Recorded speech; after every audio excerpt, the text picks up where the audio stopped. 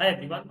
In this quick video, we'll understand pivot charts. Now, to be very honest, this is very much similar to the charts that we've already learned. The only difference is that instead of having it on top of your normal data sets, it's on top of a pivot table. Now, let's quickly understand how pivot tables combines with the previous concept of charts becomes really powerful analysis and visualization tool.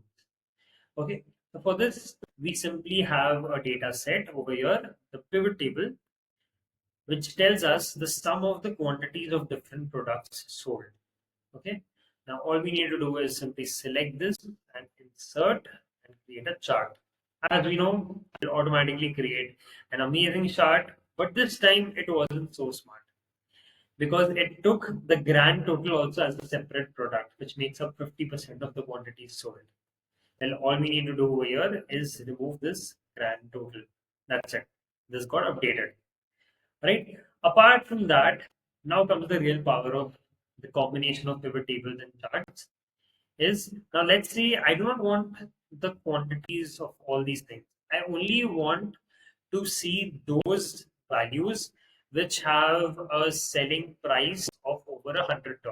Okay? So we have price over here. We'll add it to filters. All right, and over here we'll do filter by condition when the condition of price is over $100. That's it. A quick adjustment to whatever we need. Let's say you want to reduce this a bit more.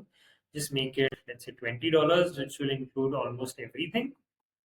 But this time we want only those which were making us a profit of, let's say, uh, a profit of less than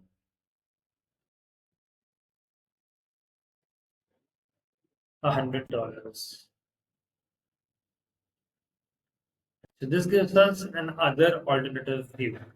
Similarly, we can plot different data points over here. For example, let us change this to instead of different products, let's look at different vendors that will be the same thing.